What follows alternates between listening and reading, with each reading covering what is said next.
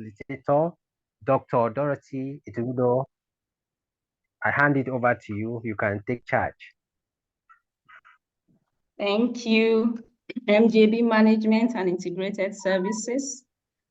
Good afternoon to everyone that is here. You know, yesterday I did a whole lot of talking, so I'm happy that today is not going to be like that. I can see Mr. Hassan. Good afternoon.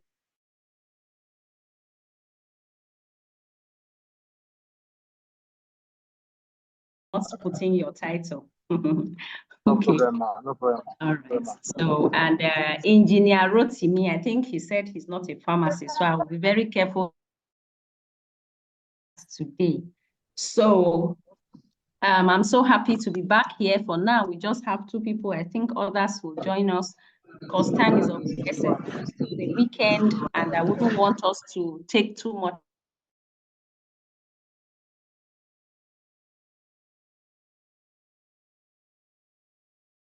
Let's abide by our normal rules, which is you should mute your mics, which is very important because when the mics can disrupt what we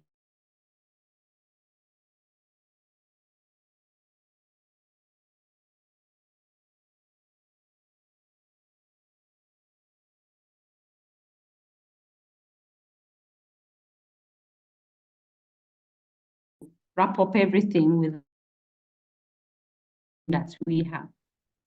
So please feel free to put in, maybe in the course of my talking, you can just put down your question in the chat box. I'm going to be going, occasionally, I'm going to be opening the chat box to go through the questions as we progress. So for now, it's so nice to have both of you here, Engineer Rotimi and Pharmacist Hassan. So before we go into what we have for today, I always I feel comfortable when I get feedback from what I have done. Surprisingly, or would I say, because I know you are busy people, I haven't seen anyone drop in any feedback on the platform. But I crave your indulgence. At the end of this training, I would like to have 1 or 2 feedbacks. The reason is so that it will help me to do better. You know, I love criticisms. I love, you know, your feedbacks will help me to do better. Just as I said, nobody's an embodiment of knowledge. So as I learn, I do better. As I learn from people, from you, it makes me better. So I would like to find out from Pharmacist Hassan and perhaps Engineer Rotimi. I think I heard him say he's still at work.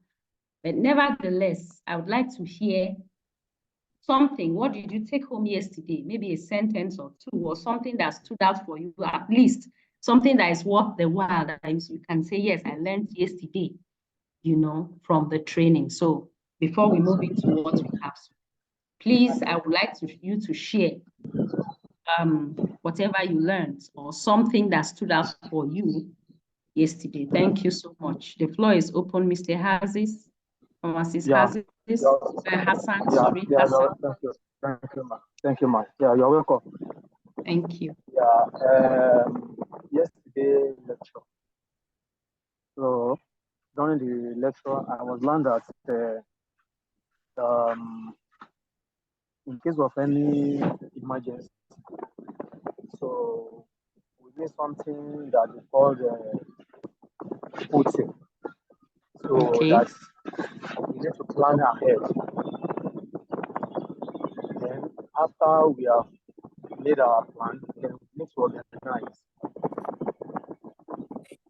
And after the organize, we need to train our staff and order that is necessary for them to know about what they can do in case of any fire outbreak, yes, or any incident at work.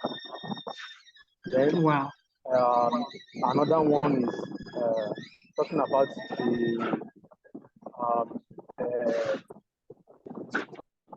evaluation. So we discuss about the evaluation and the control too. And then also we talk about the types of fire resistance that we can make in our various organizations. Like the first stage, the monster station, the availability of fire service bus, and Wow, then Mr. Hassan. and the last one is I think fire front of fire bank register. So sorry for not knowing the last one. So I still have the picture in my head. Thank you. So welcome. You are welcome. Thank you so much, Pharmacist Hassan. In fact, I expected you to just give me one sentence or two, but you just wrapped up everything. Thank you so much. At least that tells me that we learned one or two things yesterday. Thank you so much, Pharmacist Hassan. Okay, over to any other person. Pharmacist Alex Seidu. Do you have anything to say? Okay, I asked Mr. Engineer Rotimi first. Engineer Rotimi, please, can you tell us one thing that you learned yesterday from the training, something that stood out? I don't know if you can do that while you are still at work. Yes. One thing that stood out is how to prepare, how to training your staff. Oh, I can't hear you clearly, Engineer Rotimi. Can you talk a little bit louder? Okay, what I'm saying, what stood out is training the people, your staff for emergency situation. Let me just try the question. Getting your people trained in case of emergency. What we need to do is that we don't need to wait for when emergency comes before you start training your people. So there must be a kind of rehearsal.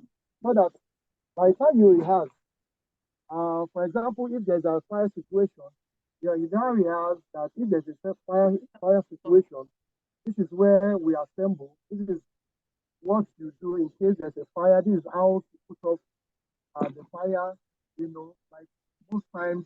Another thing that stood out is that you said that, and which is true, a lot of people put fire extinguishers at strategic positions without even training the staff how to use them. I noticed that it happens in a lot of companies. They just put fire extinguishers, just hang them. So whenever a situation comes, they don't even know how to pull out the heat. They don't even know anything. Yes. They don't even know how to do it. So why did you not put it in the first place without even saying the staff? Yeah. So, knows that even those fire extinguishers have specific, they have classification. They have the one for electrical. Whenever if there's electrical spark, the one. Of course, yeah. Yeah, you have the one that for maybe probably for wet floor and things of course, like yeah. Like that. So people Dry, don't know about it. So, yeah. Yes, and things like that. There's no training, and there's nothing like evaluation. You evaluate the level of preparedness, in case of emergency and things like that. So thank you so much. Periodically, safety department or the company must kind of conduct a kind of training for their staff. So that's what. Correct. Without, correct. Thank you so much, engineer. That's beautiful. That's a very beautiful one. That means you took a whole lot yesterday, and I'm impressed at that answer. You see, I have equally learned a couple of things in the course of interacting since I started this training with you professionals. I've learned a whole lot of things. Yesterday, I learned some things that I'll tell you at the end of this training, even though I'm not going to pay you for learning from you. Rather, the MJB is going to pay me for you learning from me. So thank you so very much, Engineer Rotimi. That's an excellent one. So we have heard so far. I can see Fam Nene, you're welcome. Fam Nene, are you there? Or you just... Good evening, ma. Good evening. Good evening, everyone. Good evening. I just wanted to hear that beautiful voice so I can have the Like I have the strength to go ahead and do what Yes, I know you how to can do. go ahead, ma'am. Sorry, so Okay. sorry, I'm joining late. It's all right. Thank you. You're welcome. Thank you. Mr. Alex too, you are welcome. I think I can't really, I know we had Mr. Engineer Rotimi and Farm Hassan. So Pharmacist Alex and Pharmacist Nene, you are welcome. So without wasting time, I've heard from us what we learned yesterday, and I'm impressed. I'm very happy that at least we took something home. Today, we are going to be a little bit faster because we have a couple of videos to watch. Why I like to do it like that is that if you are a visual learner, you are someone that learns through, it's easier for you to just go through a video and a whole lot of things you learn from it. Then we'll discuss it. That's why we have to work with time. If at any point, please, you have any question, please do not hesitate. The chat box is readily available. I'm going to be going through it from time to time so that in case we don't have enough time for questions after the training, then I'll be sure that, yes, that you have dropped your questions in the chat box. So thank you very much. So today, we are going to continue from where we stopped yesterday.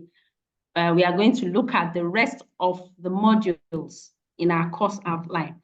Emergency site alarms. Remember that yesterday we had talked in the introductory part of this training, we had talked about, I had said that every second in an emergency, which we already know, counts.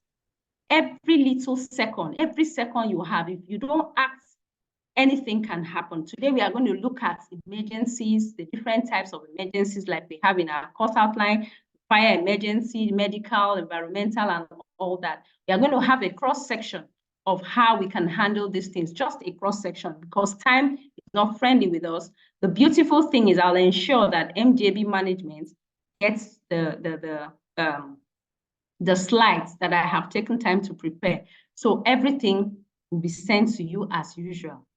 Because I saw someone drop something like slide share yesterday.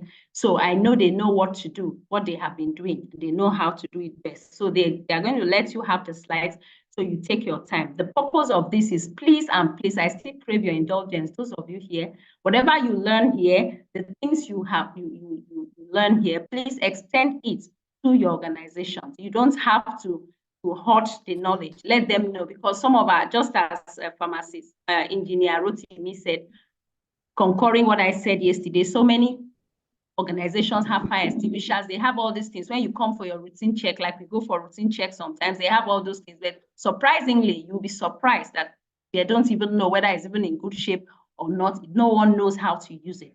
So these things are very, very mandatory that we learn. So emergency site alarms, like I said, that every organization, these alarms are not cast on concrete. What do I mean they are not cast on concrete? Every organization, you have your own system. It may not be an alarm. You know, sometimes we improvise, even if it is in a school that they don't have the real alarm systems. You could make use of a bell. You can improvise. The school bell.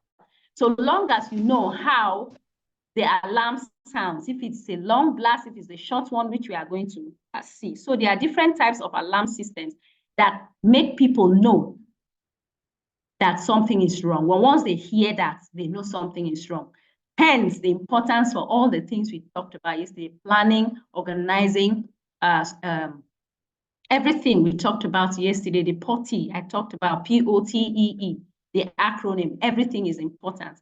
Because when you train your workers, you train your staff, you train the people that work for you, you train them, they already know what is expected of them. They know when they hear a long blast, they know what it means rather. When they hear a short blast, they know what it means. Evacuation, they know all these alarms and how they sound. So different organizations have theirs. That is why I cannot just come out to tell you this is for this or this is, all organizations, most organizations, safety is something that is very, very important. In your house, anywhere you are, safety should be of priority. So for you to think safety, then you have to put this equipment in place. The workers have to be trained. They have to know what to do. So we have different types of alarm systems like we have seen there. You know, we have the emergency alarm, general evacuation alarm, that rings to show that there's an emergency. Everybody move out from where you are, anywhere. Evacuation, start moving out. If there's a means of transport that will convey people know that it has got to do with evacuation, they have to leave that place. We have the test alarm, all clear alarm too. The test alarm, like I did say, I said that before an emergency occurs, there's what they call drill. Either it is a fire drill or any form of drill. That drill is to ensure that workers know what to do. If there's a fire drill, it doesn't necessarily mean that there is a fire. There mustn't be a fire when you are having a fire drill. You are only just preparing and drilling your workers in case there is a fire, they know what to do. So a test alarm has a way it sounds.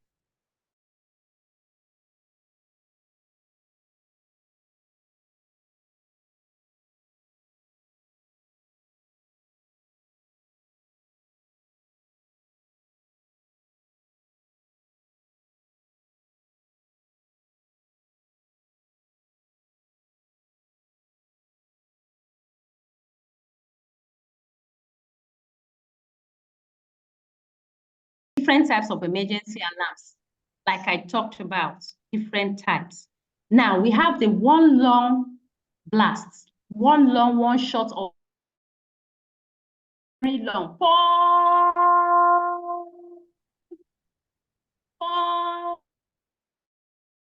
One will go very fast, and then the short one will come. Alternating blast within that 15 seconds or thereabouts. You get that blast. So you also have the general evacuation too, alarm for evacuation, the all clear. The general evacuation one, you have continuous short blast. Like that, it will be short, 5 seconds, short. So when you hear that one, you know what it means. All these things, it's not really about me teaching you. It's about training. They say practice makes perfect. Because in your own organization, they may decide it should be like this. And then there are people, that is why training is important, that will tell you. So when you hear the sound, get to it. And not only alarm, there are other ways too. There are other ways they can make it virtual. Sorry, I beg your pardon, not virtual, but visual. They can make it visually in the sense that people that cannot, maybe are deaf, some organizations, we have these alarm systems in such a way that if someone is deaf, of course, the person cannot hear. So even if you sound the alarm till tomorrow, the person may not hear. But we have other ways, maybe inscribing it on cards, on cardboard, or something that when once it's sounding for others, the people that don't hear will be able to see what you have written, that, oh, there's an issue here, or there is an issue there. Very, very important. So like the test alarm you see in this particular organization, because I decided to use a particular organization as case study. Every Wednesday by 12 noon, they have that 20 seconds blast, consecutive 20-second blast. And when they sound that alarm, everybody knows that, oh, it's a test alarm. Okay, this is what we'll do in case there is a fire. Very important. So now let's move to the sample site master plan. This one, I'm not really going to talk about it. Why? Because people that build houses, just as you want to build your house and you have a plan, that is what this is all about. I had to use Eastern Contractors as a case study. So in this diagram, you can see that that's where we have the muster points. You see where they have the train. You see where the train is. You see where other places are, so, but see where the muster point is. So the reason I put this is just for you to have an overview, and for the purpose of being that you are going to get the resource materials, like you're going to get the materials. So it will help you to see. You can suggest to your organization where you work. If they don't have a muster station, you let them know. And do not forget that we have talked yesterday about factors to consider when you want to have a muster point, when you want to have a muster station. You have to consider some factors, not just anywhere. All the factors we learned yesterday, proximity, accessibility, and so on and so forth. All those factors are very, very important. So when you build a house, even in your house, you can have a muster point.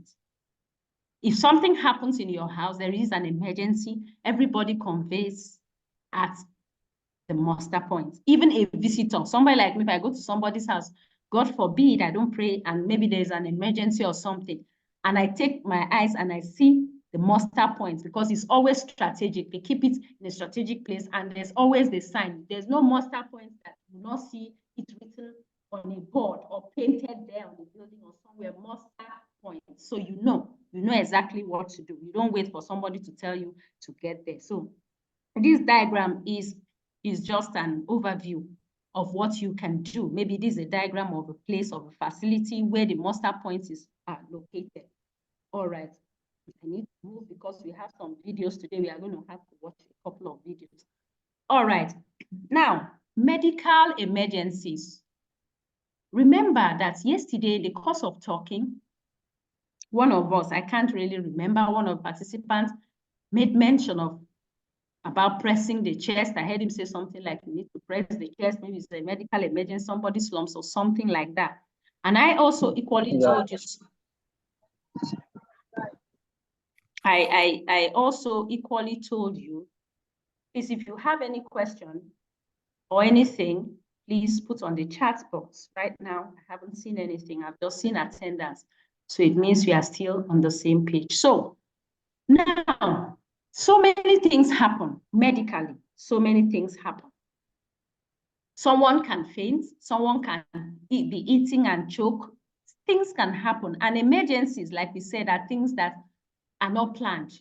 You don't envisage, even though you are prepared for emergencies, but you don't know when it will happen, and you don't know how it would happen, despite the fact that you've carried out your risk assessment, like you've weighed possibilities of certain things happening. But it happens when you don't expect. So if it's just like, let me cast my mind back to what Pam Nenes said. Yes, about the asthma issue. Yeah, about the man that had asthma that was waiting to be attended by the doctor. In the process, he was about going into an attack or having an attack or having a crisis situation. So she was able to jump in and save the situation before it escalated and to mitigate the issue, the situation. So medical emergencies, especially us as pharmacists, and maybe the engineer that we have on this platform, anything can happen. Your colleague can just move and slump. So there are things you need to know. Emergency evacuation of seriously sick or injured personnel. How? If someone is seriously sick, you do the first aid, you carry out all the everything that you need to do, and you are not able to rescue the situation immediately. You have already preempted, you have already thought, because you have been trained, because you've already worked out modalities. Of course, the ambulance is on standby. So you know exactly what to do. Evacuation of anybody that is seriously sick or injured. Take note. Site nurse can administer first aid treatment. Now, this place of site nurse, yes, we have nurses in sites. Like I'm looking at maybe a construction site or a company now. Now we have nurses. If it's the hospital, better, because that's where we really have nurses and doctors. But on sites, in schools, we have nurses. Though some of them are auxiliary nurses. But what is most important, like I said yesterday, is that we have to have the knowledge of first aid. Very important.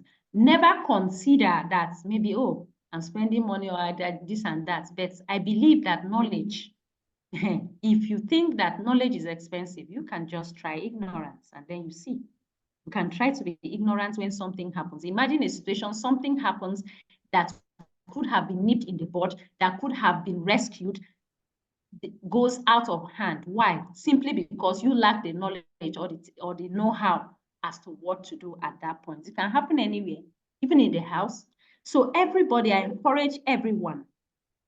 I'm even going to see how to discuss with MJB management. I encourage everyone to have the knowledge of first aid, basic first aid skills. You should know that. You should have that. Standard first aid skills, you should have that. Basic life support training, all those trainings are trainings that you don't have to spend so much, and then you don't have to take a very long time to learn. No, because not only that you use it for your company, for yourself as well. Imagine a situation you are eating on the dining table, maybe as a father or a mother, and your child chokes. and you don't know what to do, like you are looking left, looking right, calling emergency, you are confused. And you know what happens when there is an emergency? Confusion of the highest order sets in if you don't know what to do. So it's very important. So aside the site nurse, other people that have the first aid knowledge, that are trained first aiders, should get to work. Red Crossers train first aiders. I mean, train people, give people the training. You know, you can log on to the Red Cross app, or you consult MJB. Even MJB have given that training. So it's very easy. It's not something that it's cumbersome for you to learn. It's just a walkthrough. It helps you because you may never know when it will come in handy.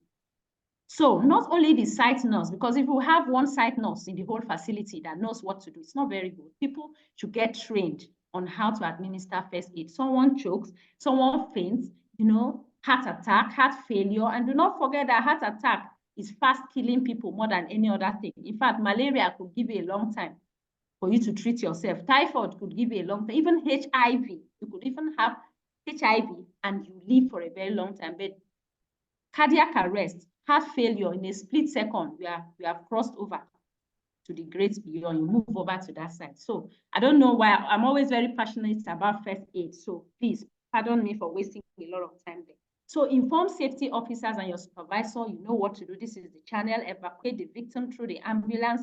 You have to know where the ambulance is. You have to know where the driver is, the ambulance driver, because I've gone to a hospital before, a general hospital. I don't even want to mention the name.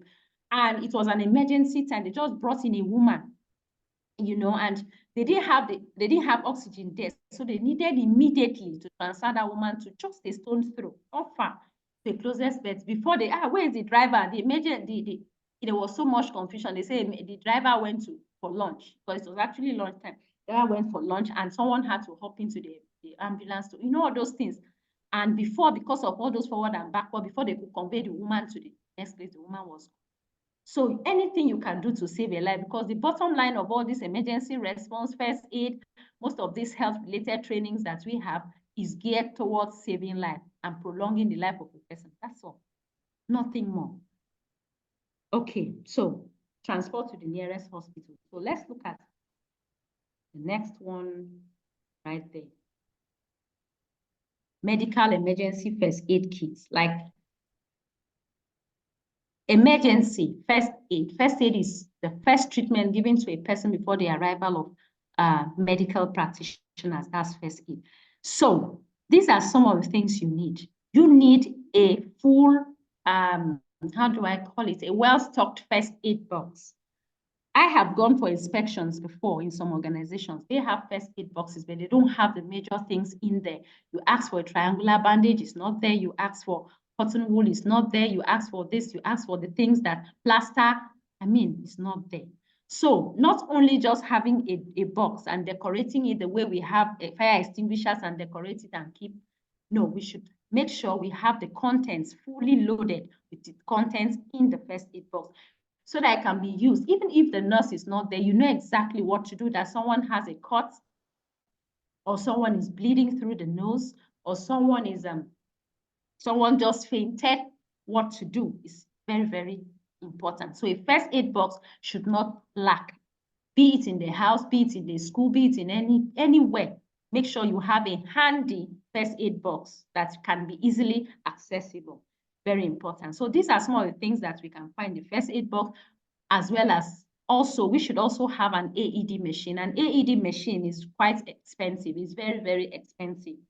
So it's not something that every household should have because of the cost. But I think a first aid box is easily affordable. So an AED machine should be located, like in advanced countries, you find out that we have AED machines. You go to the UK, to the US, you have AED machines, a stone throw. You walk some kilometers, you see them there. They are always kept in a box, you know, so that if there's any emergency along the way, someone that knows how to use, someone, a first aider, a Red Cross, a well-trained person can easily reach it.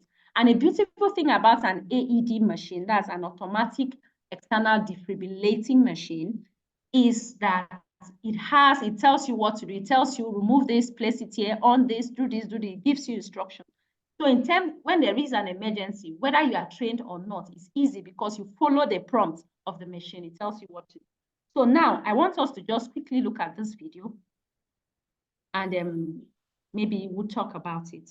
Let's just quickly, I'm trying to see how we can beat time. We'll talk about it. I want you to see an emergency situation, something that just happened, an emergency situation, and how important it is for you to have the first aid knowledge and the first aid skill. And also to know the difference between you having the skill and not having the skill, what it can cost you. So let's just dive into the video. Please, are we together? Yeah, together, ma. Yes, Mama. We are We are here. together. We are together. Okay, forgive me for talking too much. It's not in my character to talk too much, but I just have to make us move so that we can still have some time at the end. So please, if there's any issue with the video, I've ensured that the volume is at the highest, unlike yesterday. I apologize for yesterday. So let's see what plays out here. And 1 or 2 questions I'll ask after this is done.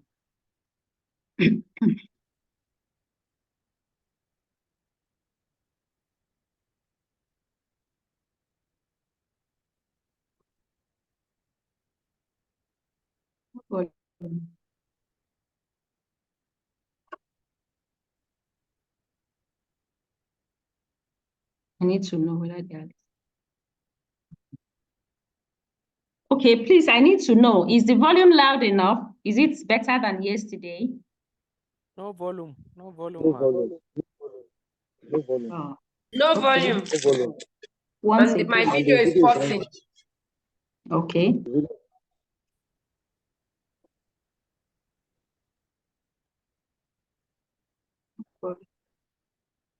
Okay, please just hold on. Let's see.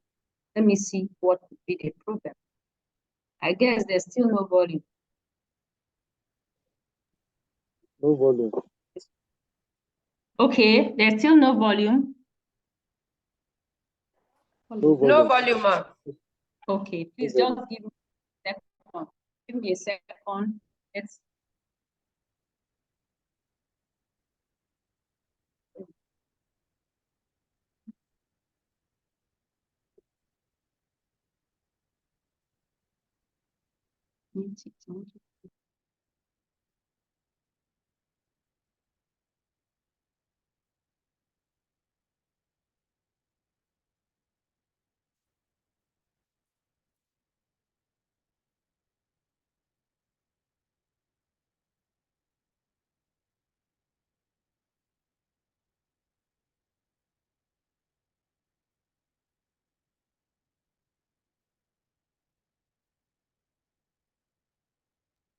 All right, please pardon me. I'm trying to see what is wrong with that. I'll check it in a bit. So that we don't waste too much time, I'll be back to the video. We want to look at fire emergency, like I talked about. When there is a fire, what are we supposed to do? What are we supposed to do when there is a fire?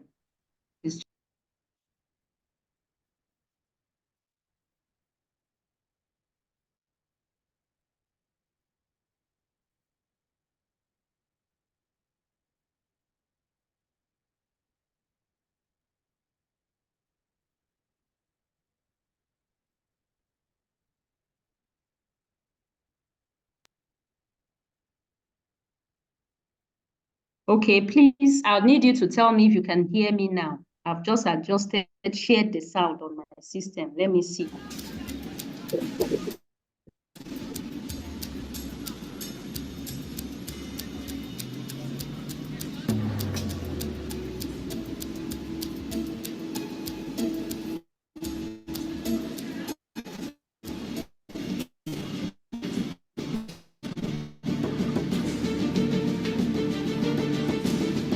Can you hear now? Is there volume? Hello? Yes, ma, there's volume, but the video is pausing. It's not. Okay, I did the pausing. Let me start it. Since there's volume, I wanted to be sure about the volume. So I'm going to take it from the beginning. Let's just watch now. I think since the volume is okay.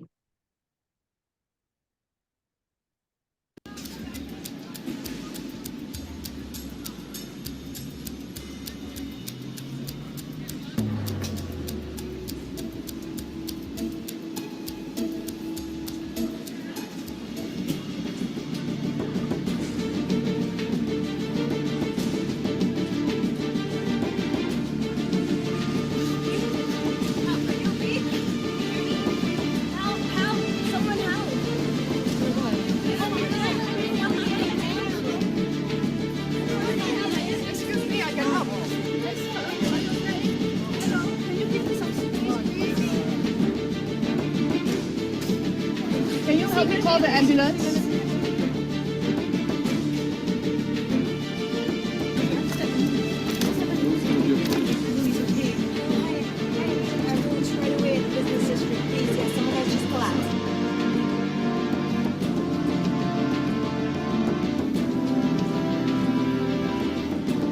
Can you get an AD, please? Excuse me. Wait. Excuse me, sorry, excuse me.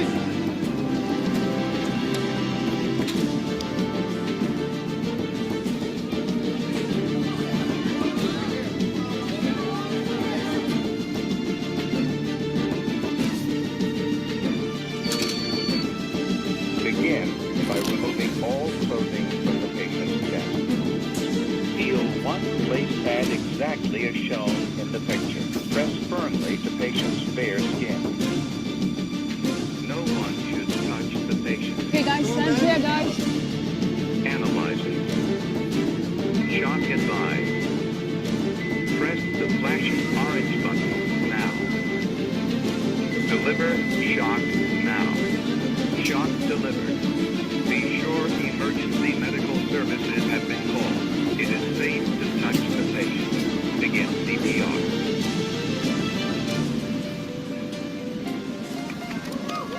Are you okay? What happened? We found him collapsed, so we did CPR, and I gave him one shot from the AAD. Now he's been Okay, I want us to stop there. The major thing is what we've been able to capture. So I don't know how many people got to see that video and heard what transpired there, please. Were we able to see? Yes, ma'am. Hello, ma'am. My network, I don't. Yes, Hello? yes, please, are we together? Yeah, we are with you. Yes, we are with Yes. you. We are with you. Yeah. Okay.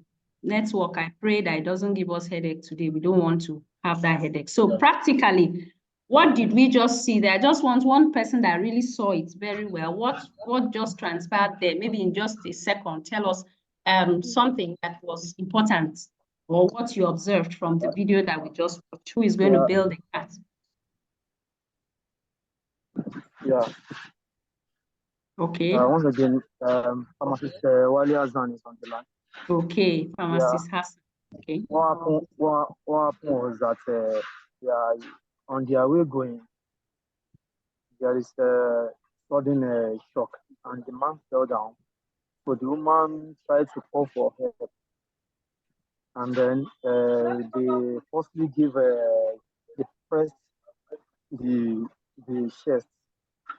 So later they now call for support. When they now carry their first aid trucks to come to verify where the shot, where it comes from. And also I can see that they put on ground the gas in case they need the gas to revive the patient back. So those are the things that I saw. Okay, thank you so very much, pharmacist Hassan. Yeah, Do we have any other different or anything to add to that? As how that's, I wanted us to like see how to, yes, thank you, pharmacist Hassan. I wanted us to see how to relate that in an emergency situation, like, you know, to tell us something and, you know, link it to an emergency situation. Like we are talking about an emergency situation now. So who is going to do that? To add it to what pharmacist Hassan said. Okay, the lady in the house. I saw you said the audio wasn't clear, but you were able to see what happened. So, pharmacist Nene, do you have anything to say? Not really, ma. I think I'll just go with what pharmacist Hassan said. Okay. Because okay, I didn't really, the video was from my end. I think I'm having network issues. So from my end, the video was pausing and I couldn't really hear audio. Oh, sorry. It's quite clear here. I think maybe network from The your side. network, I'm having network issues around here. Okay, it's okay. It's fine. So without wasting time, let's go into it. Like we are talking about medical emergencies. When someone has an issue, a health challenge or a crisis, the first few minutes is very important. The reason I had to pick this one out of the other case studies I had is because what is very common is the issue of someone's slump. In the part of, from my own part, every day I get to hear someone slumming here, someone fainted, the person just slumped, the person was moving, and the next day the person just fell down. It's a reoccurring thing. So that is why the need and the awareness for people to get trained on first aid, on CPR, on how to use these things. Imagine a situation like that guy just slumped and nobody around him knew exactly what to do. Before the paramedics would arrive, of course, you know what would happen. It's not all situations that you really have a long time to wait for paramedics. So in such situations, you have to make do with first aid. And that is why it is important for people around to be trained. In every facility, they should be trained first aiders, not only the nurse or the medical practitioners per se, but first aiders that will know exactly what to do before the arrival of the medical practitioners or paramedics, or before the person is taken to the hospital. So in this case, you can see the use of the AED is very simple. Using that machine, it just gives you instructions and you know exactly what to do. So let us move to the next slide. Good. Now, if there is an emergency, we finished talking about a medical emergency. That's one of the kind of emergencies that we can have. Anything that's got to do with medically, someone can, you know, maybe choke, someone can faint, or nose bleeding. There are people that just sit down, blood, they start bleeding through the nose bleeding. There are so many types of different types of medical emergencies, which we wouldn't want to delve into them.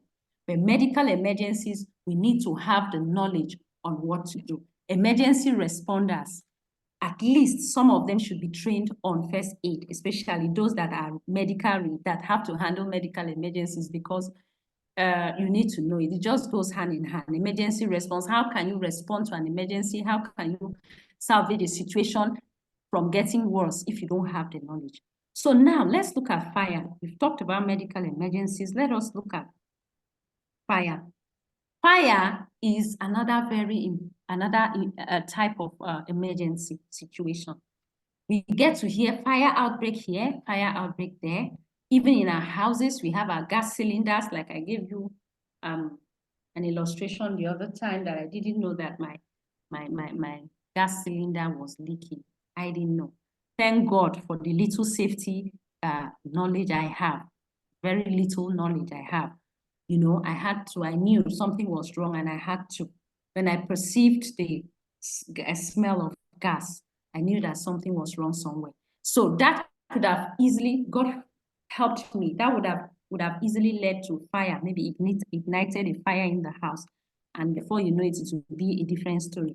So fire from smoking cigarettes, dropping the piece of cigarette, you know, and many other things in facilities. Like I deal more with mobile, like I do a couple of trainings with mobile, and I can relate very well to an oil and gas setting, you know, and because it's oil, it's fuel, it's gas, fire is something that we really have to be very conscious about and how to prevent, because everything around that particular organization, everything around that particular company deals with fuel, gas, combustible materials. So it's very easy to spark a fire. So when there is a fire emergency, if anybody at any point you discover a fire, what you have to do first is to shout. You must shout. Why are you shouting? So that you get immediate attention. When you shout, fire, fire, when you shout like that, people, there's a fire, before you know it, the people that are involved have to be there. And then you have the fire alarm. The next thing you need to do is to sound the alarm, the fire alarm. We have those panels in places. If it's big organizations, big companies, big industries, we have them, like our very able engineer, Rotimi. that is here, at least he can relate to that. I don't know whether the kind of his own discipline, what kind of engineer, those electrical engineers, mechanical engineers working in industries, they can relate to it. We have this fire alarm systems placed in strategic places in the organizations. There are exit doors, fire exit doors, what to do when there is a fire exit doors, and so many things that we need to know. Fire itself, firefighting is a whole course on its own. Firefighting, alarm systems is a whole course on its own that you would learn how, in detail, how to fight fire.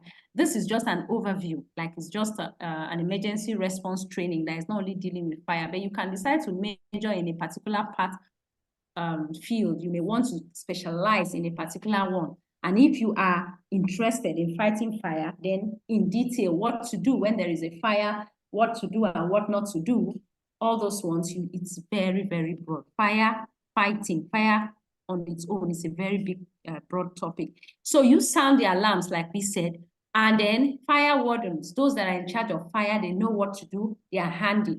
Use the extinguisher, the firefighting equipment, either the fire hydrants or the fire extinguisher. But sometimes there are some types of fires that the fire extinguishers cannot quench. There are some kinds of fire that you cannot just deceive yourself, or we cannot deceive ourselves that you just use the fire extinguisher and it will put off the fire. No. So when the fire is too big, and then those are for fires that are very big, maybe they have engulfed the place already, firefighters should be called immediately. Hence the need for communication. Communication is very, very, very important. So now, yet another video. Like I told you today, we are going to be having to look at some videos, and then we'll learn one or two things from it. I am a person that I don't really like my trainings to be boring. You know, we just keep reading the lines and reading the lines. I don't like it at all. You know, so that's why I take my time. I try to incorporate pictures and videos, and we just try to see how best we can learn from these things. So we are going to watch a video now. Practically, like I have told you, these are things that you can do when there is a fire emergency. Now we are going to watch an animated video on what to do in case you are around and there is a fire, either in your workplace or in a place you visit or wherever there is a fire, what to do. So let's see. Pharmacist Nene, I really pray that network will allow you. So when I start it, I'm going to pause to find out from everybody if we are able to hear, especially you, Pharmacist Nene. I'm going to ask if the video is also breaking. Then if you still have the same challenge, then that means network does not favor you today. So let's go there. Excuse me.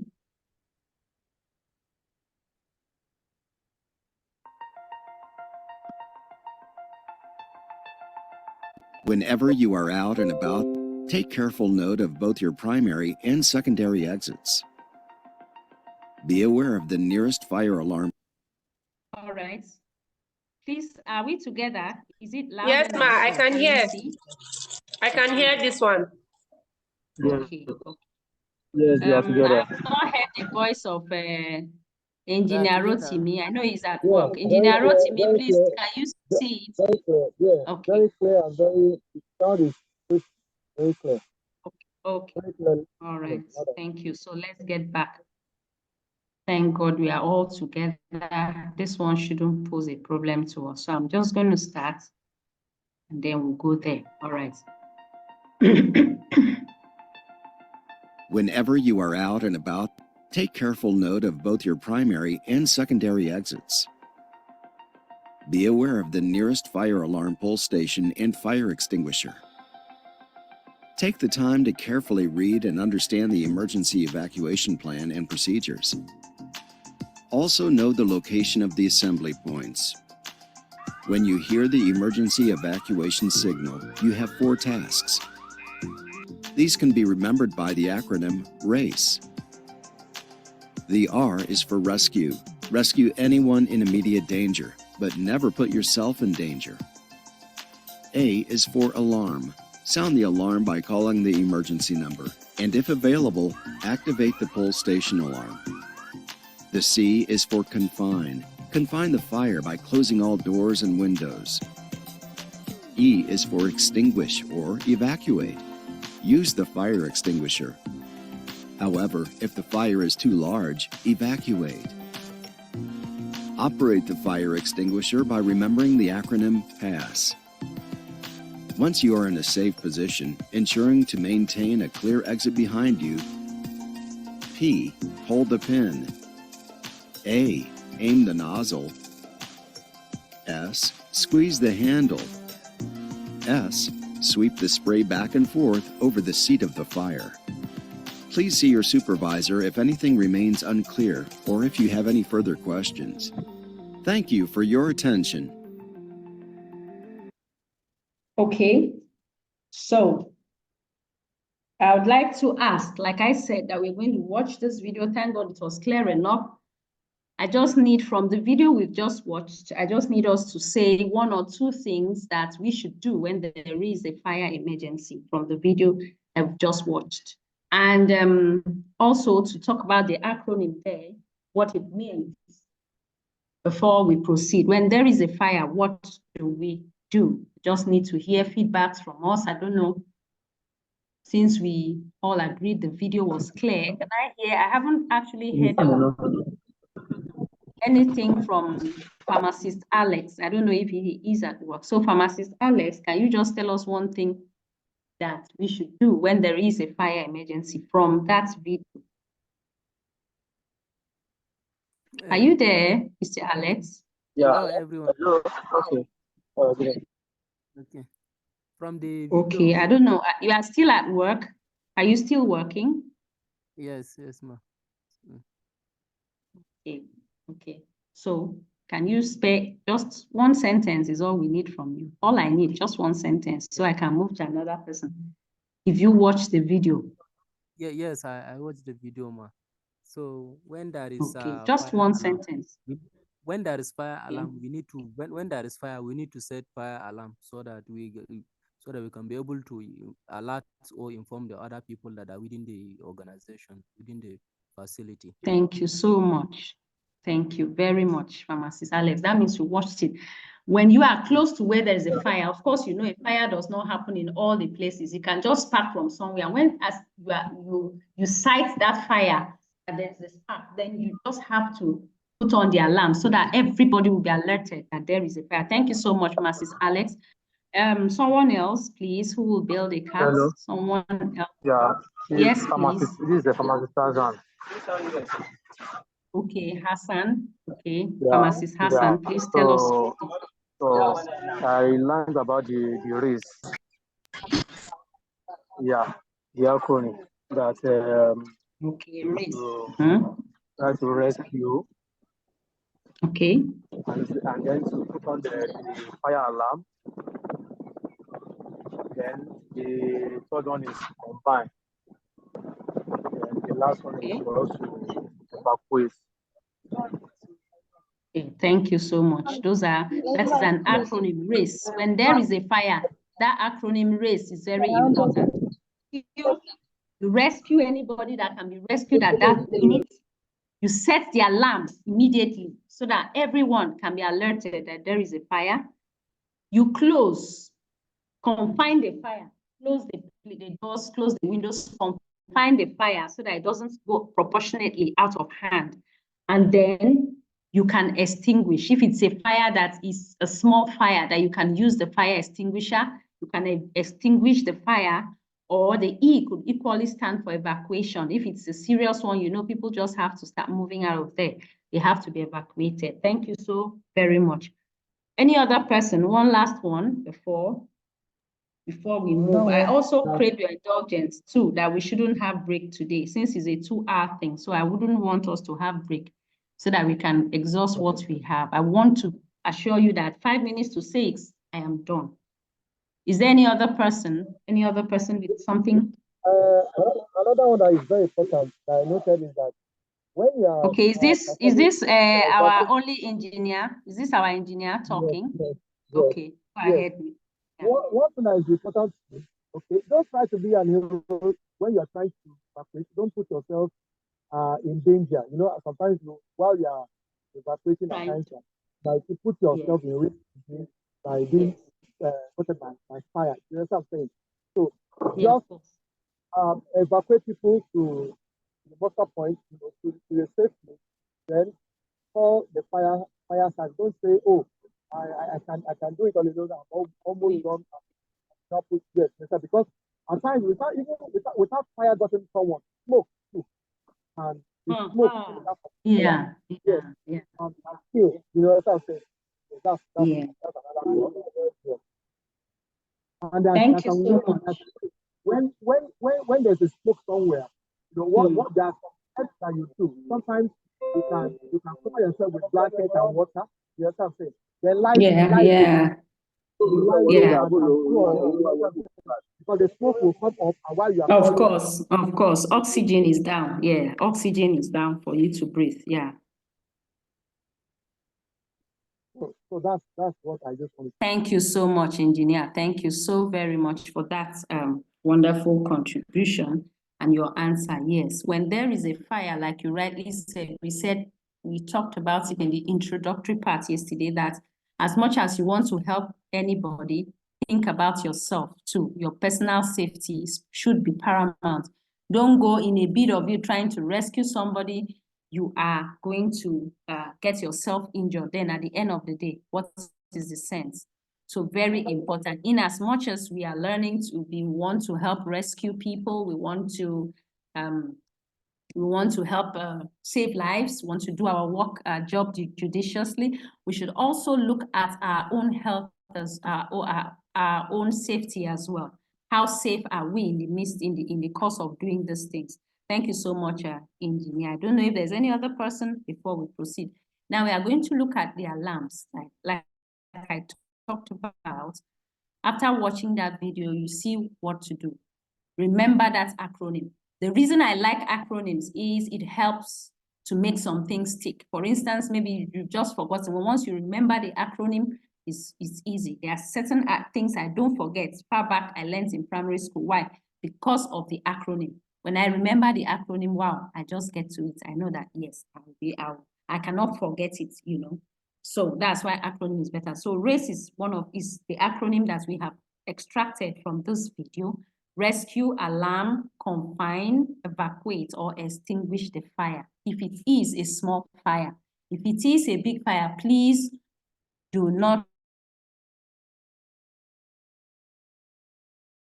to use fire extinguishers.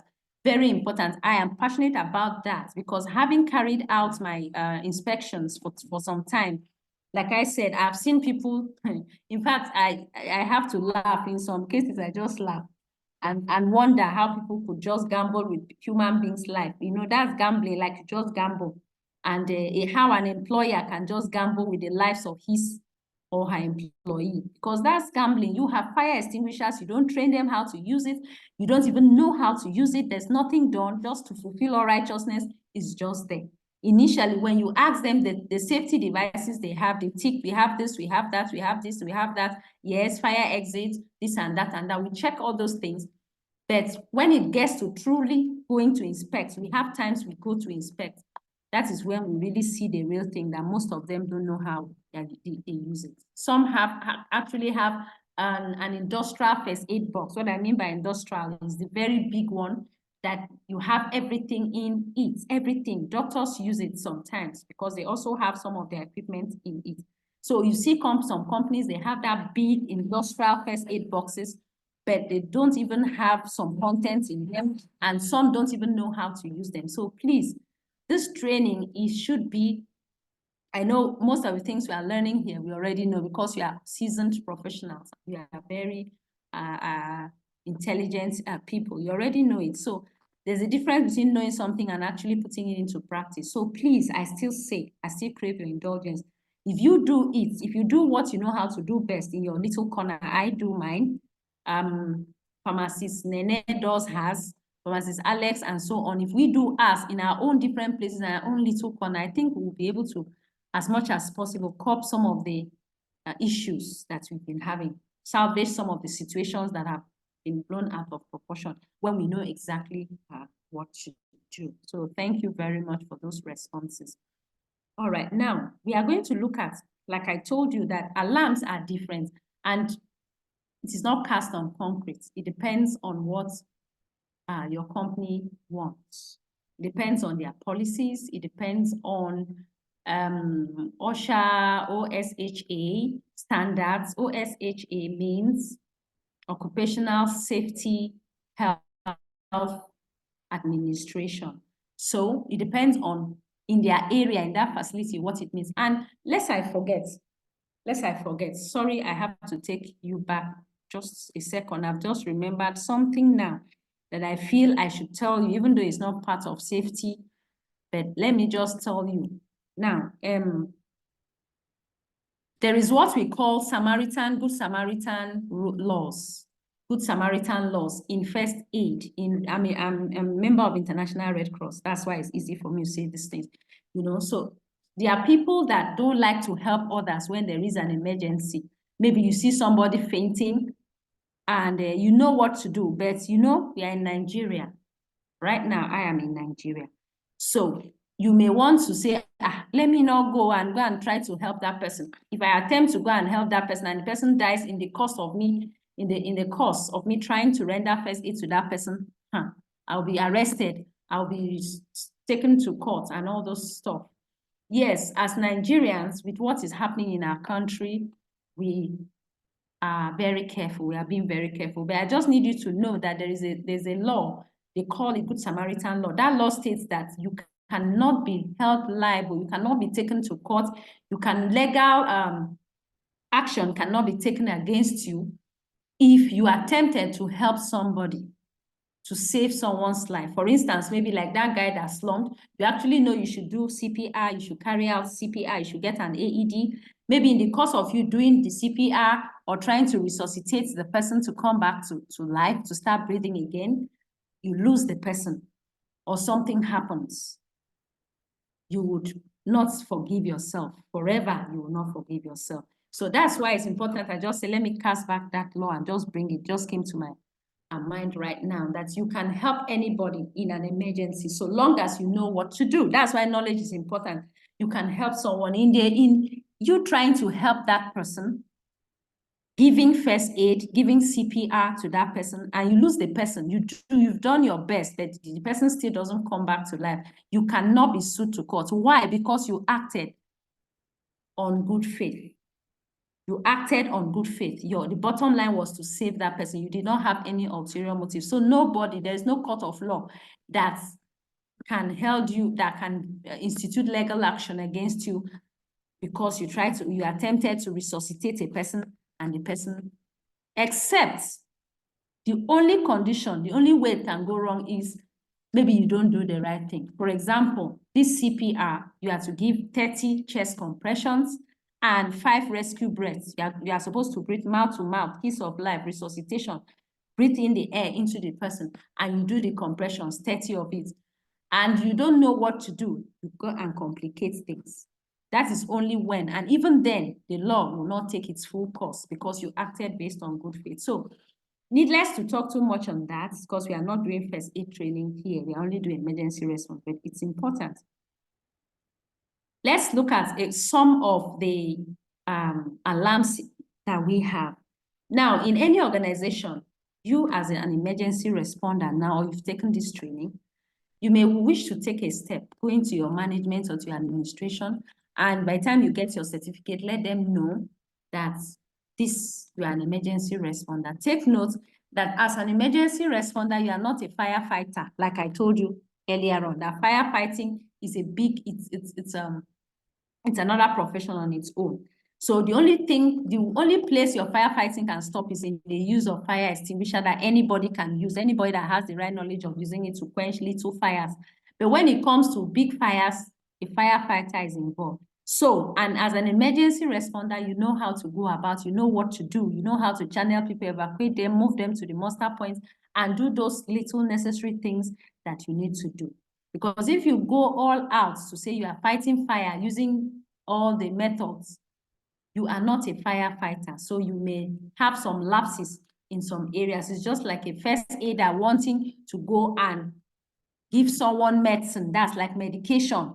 Someone slumps or faints, then you want to administer medication, something that goes into the mouth. You want to take the place of a doctor. That's what we are warned not to do. You can only render first aid. You are by no means a medical practitioner.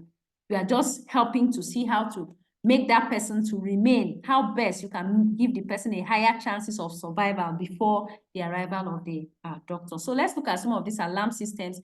They vary. I just want to sound it one or two for you so that if you hear, like you can have a knowledge. But since there are very many alarm systems, you have to carry out your own research depending on what suits your company or your organization or where you are working right now.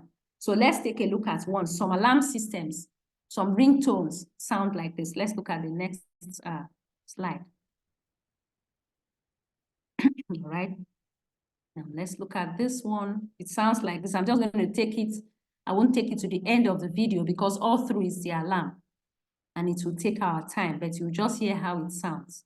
Let's go.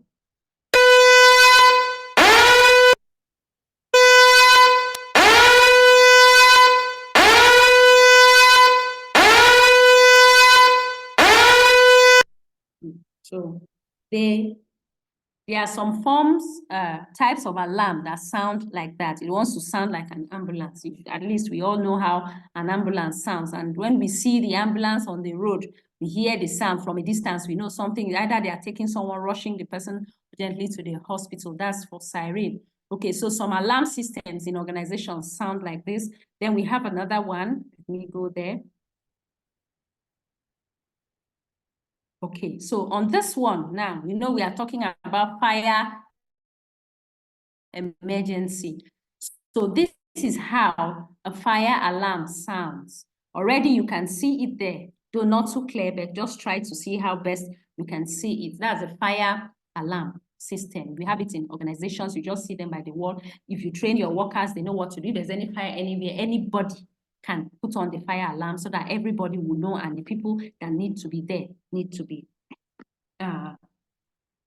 there at the time that they're expected to be there. So this is another form of alarm. Remember, I said something yesterday. I said that one of the things we learned was exercise. Exercise was one of the words from that POTI, that acronym POTI that we used.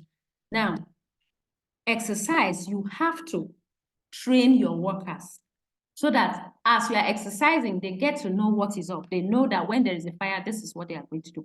So at the same time, they know what this particular thing is for. When they see it in the organization, they see it around, they know what it is. I have gone for inspection somewhere. On getting there, they had so many systems. You see this one, you see, they draw a person as if the person is running different signs, like fire signs. Believe you me, the workers didn't know what those signs were for. And I had to, myself and my colleague, we had to get to the manager of the place. And we sat him down, we talked to him, we asked him, we've seen so many signs, fire sign, alarm signs, signals all around. We've seen the exit door and so on and so forth. We began to ask him, what is this for? Why do you have this? Or this and that? Good, he already knew why those things were there, the owner. But we didn't only stop there. We called 3 of the workers in that facility, 3 of them randomly. We just picked them randomly when we entered the facility. And we decided to carry out, we asked them questions, and we wanted to know some things, whether they actually knew what was there. They didn't know. They never knew. So we keep learning every day.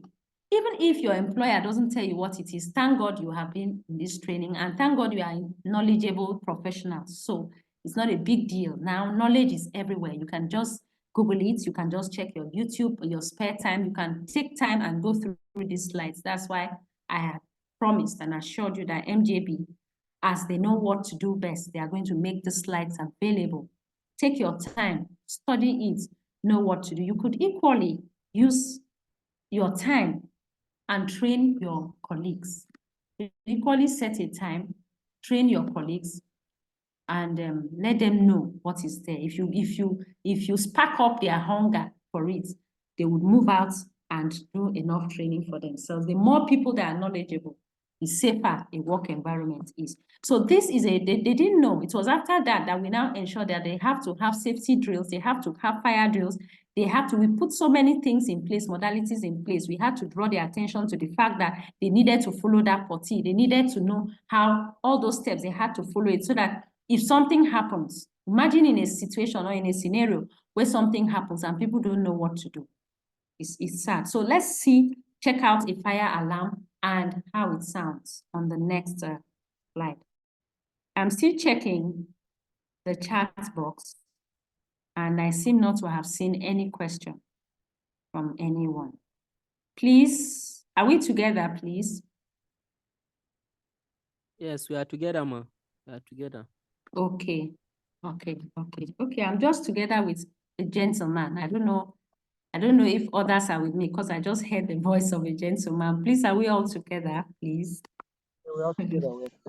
Yes, we are together. Okay, thank you so much. So I haven't seen any question. When I started, I said, please drop your questions. And as you see, I'm checking intermittently, I'm checking the chat box because I'm not very sure how long we may have after this. I want 5 minutes to 6, I beg your pardon, to 6. I'll be done so that you can go rest. Today is a Saturday and it's a weekend. So I don't intend to take your time. So let's go to that video.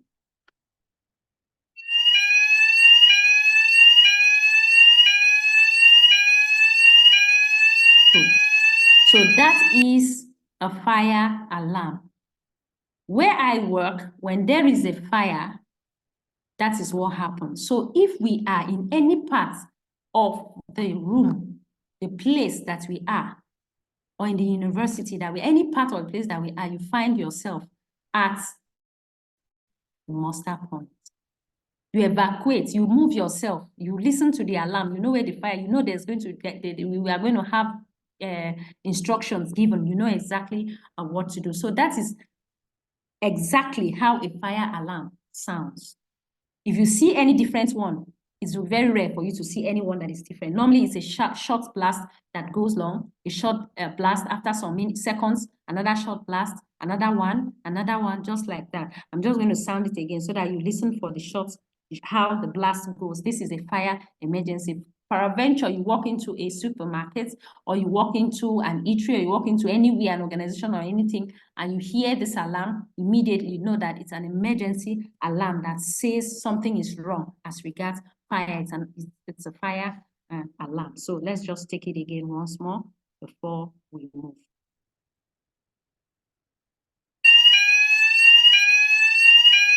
You see? Turn, turn, it stops, turn, turn, it stops, turn, turn, it stops. That is how it goes.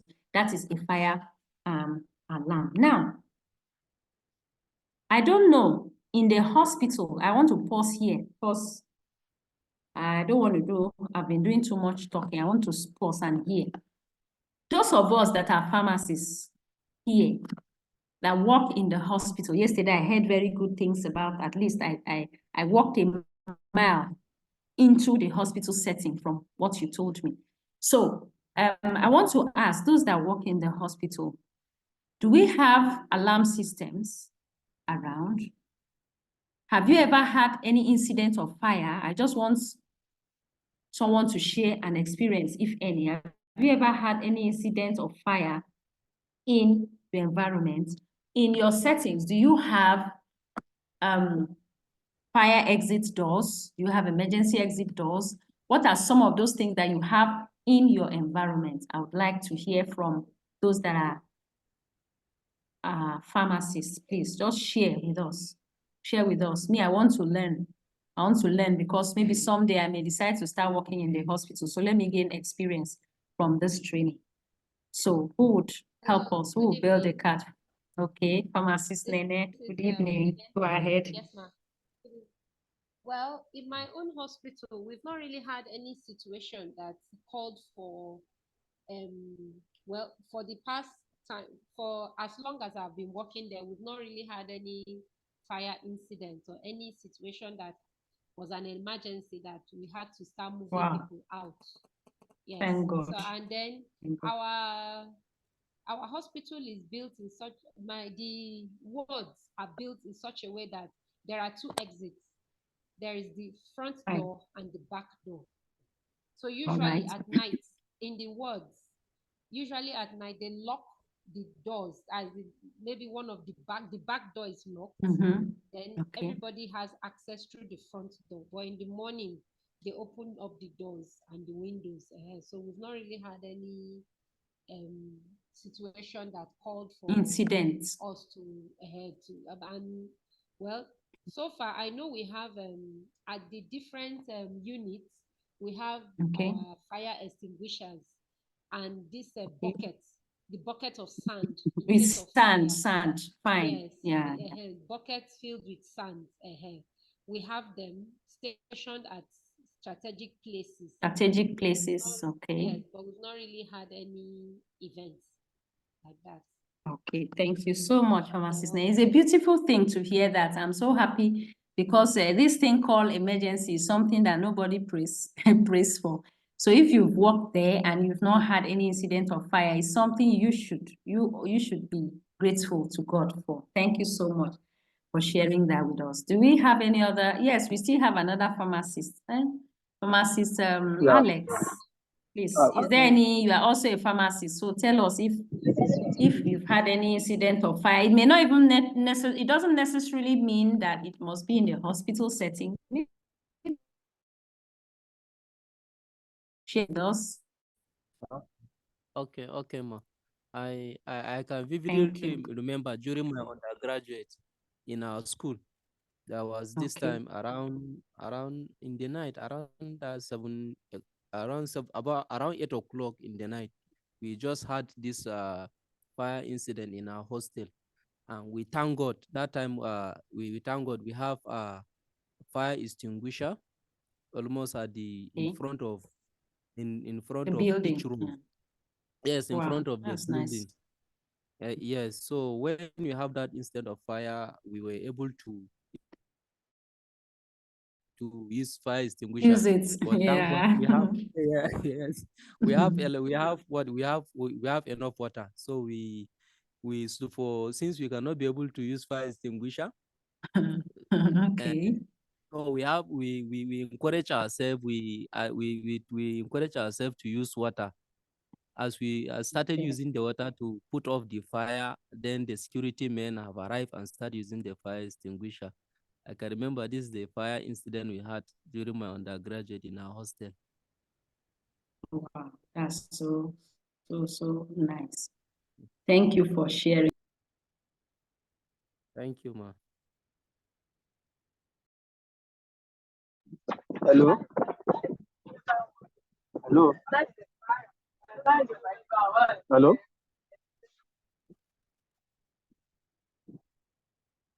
Can hear you. Hello? We can hear you. We can hear you now. Okay. Yeah, this is the pharmacist. Yeah. Can I continue? Yes, I can hear you. I can. It's like I'm the only one. I can hear you. Yeah. Okay, maybe it's a network. Doctor is not on the line. Madam, I think our lecturer is no longer on the Okay, yes, I think so. please, can everybody? Yeah. Hello, can you hear me? Yeah. Yes, ma'am, can hear you now. Okay. You can hear me now. Okay, thank you. All right, so Mr. Alex, thank you so much. But I just laughed when you talked about water. You know, that's why we say that knowledge is good. Like if you know, if you knowledge is worthwhile, ignorance is is very expensive when you compare to knowledge.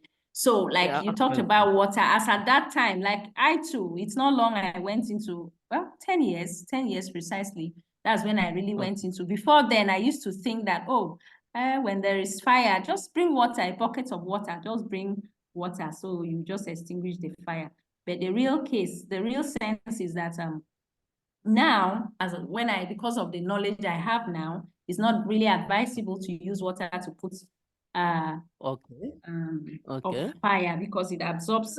Instead, you can have to use maybe detergents You put detergent in the Okay, water okay. and for me to use. If you use ordinary water, in most cases, it's not very good to use water. Okay, Thank you ma'am. so much. And I know that was when you were in university. Then anything goes, anything happens in the hostel. Thank you for sharing with us. Thank you. Thank you. Any other person? I think someone wanted to talk. Yeah, it's me, Pharmacist Wale Hassan. Although, yeah, Okay, pharmacist yes, Wale Hassan. Hassan. Yes.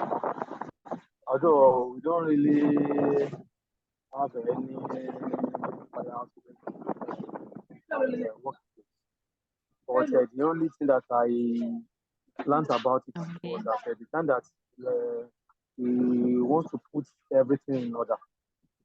So, fire services officers came to our premises and they gave us the training on how we can get ourselves done in fire. Just And fire. they told us to try to get the fill and paint it with a red color and put a dry sand inside it. And they told us to get the fire extinguisher.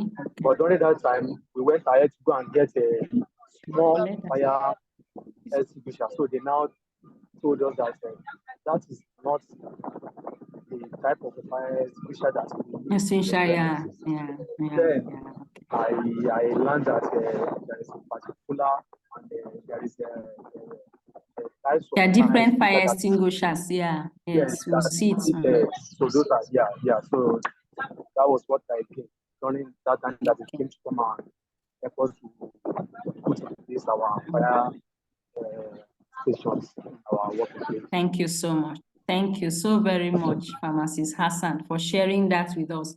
So you see, firefighters are the actual people that know the nitty-gritty of fighting fires. How exits an organization supposed to have? How many exits? Okay. Someone has asked how many exits should an organization have? Okay. We're going to look at that. If it is a room or it is a hall, at least it should have, it depends on the places. Just as the pharmacist Nene said, that in the hospital there are 2 doors. So there should be at least in a room, there should be at least 2 doors. So that if this is not used as exit, the other one, you know why? Because if, especially in a hall, like a place like a hall where you have so many people in, if there's only one exit, it's going to be very difficult. There's going to be a stampede. That's where you get to hear people falling on each other, pushing other people, and all that. You can imagine the scenario. So at least in a house, in a confined place, like a hall or an office, at least there should be 2 exits in case of anything, 1, 2, so that everybody will not troop out through one exit. But in an organization, there are emergency exit doors. It depends on how big. I wouldn't be able to exactly tell you 2 or 1 or 3. Everything depends on the size.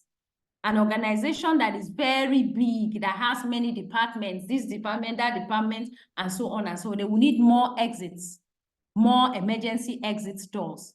There are even some organizations that have emergency exit windows, that if something happens, there is an emergency exit door, there's an emergency exit window, such that some people could go out through the window. It depends on the structure of the place. So there's no cast on concrete number of how many exits are, but the more the exit doors, the better it is in case of emergency. I don't know, Pharmacist Alex, if I've answered that question.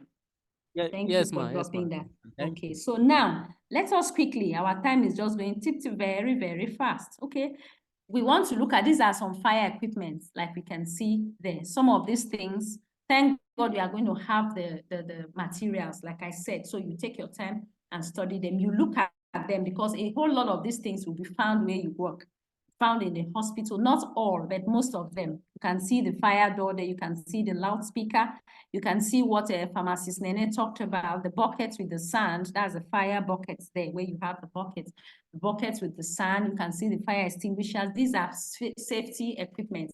And some of them, you need to know how they are. Smoke detector, you can see the smoke detector there. If anybody as much as smokes in that environment, immediately that smoke detector detects it.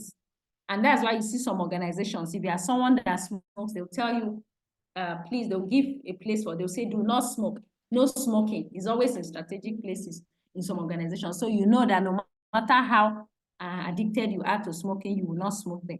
So these are fire safety equipment, the door, the smoke detector, and so on and so forth. So we go to this acronym. I need us to work in this place. That's why I move speedily to this part. We have PASS, fire extinguisher, how to use a fire extinguisher. From this picture, you can see there, that's a fire extinguisher. The first step, never mind, the write-up may not be clear, the picture may not be clear. The next video is going to show us exactly how to use it.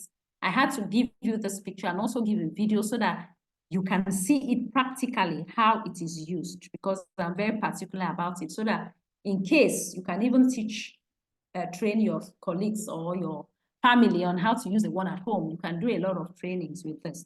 So you pull the pin in the handle. Do not forget there are different types of fire extinguishers we would see in the video. But for the purpose of this, you see, you pull the pin in the handle, you aim the nozzle at the base of the fire. You don't quench fire on the top of the fire. So let me quench that fire, and then you use it on the top. No, you aim it at the base. That's the bottom of the fire. Down, you aim it there, and then squeeze the lever slowly. When you quench fire, you move it as if you are sweeping the floor. People that sweep, you move left, you move right, you move left, you move right. So how do you know how to use a fire extinguisher? With this acronym. All the acronyms we have learned from POTEE, P-O-T-E-E, to the PACE, P-A-C-E, that we learned, and now PASS, P-A-S-S. All these acronyms will help you to work around this training, this emergency response training. So pull the pin in the handle, aim the nozzle at the base of the fire, squeeze the lever slowly, and sweep from side to side.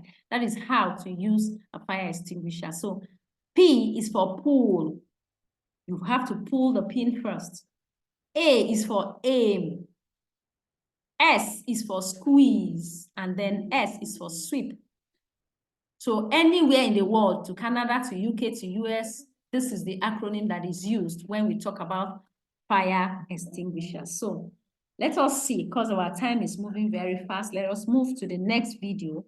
This video is going to show you the practical way of how to use a fire extinguisher, and it will also talk about how the different types of fire extinguishers. So let's just go there. As usual, I'm going to pause to see if everybody is together, like if everyone can hear and see what is going on.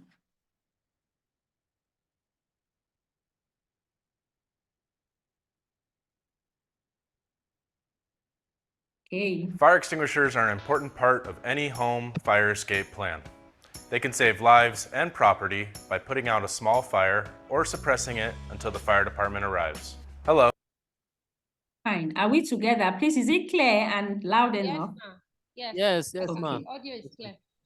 Okay. Yes, Fine. So okay. let me take it back. I can hear Important you part from of my any end. home fire escape plan.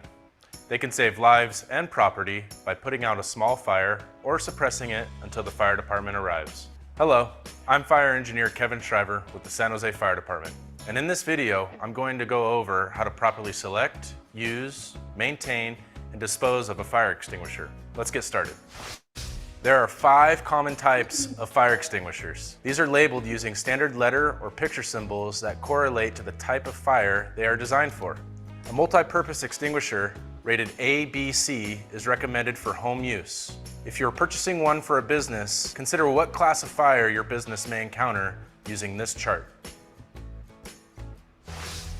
When there's a fire, it can be tempting to grab a fire extinguisher right away. However, there are a few important things you need to do beforehand. First, identify your escape routes. If you can't put out a fire, you'll need to make a safe exit. Second, warn everyone in your home. Make sure they're aware of the fire so that they can start evacuating right away. Third, call 911. The fire department will be on their way in case the fire grows out of control. Lastly, assess the fire. It's best to use a fire extinguisher on a fire that is small, contained, not rapidly growing, and in an area that is not yet filled with smoke. Only after these 4 steps should you attempt to put out a fire.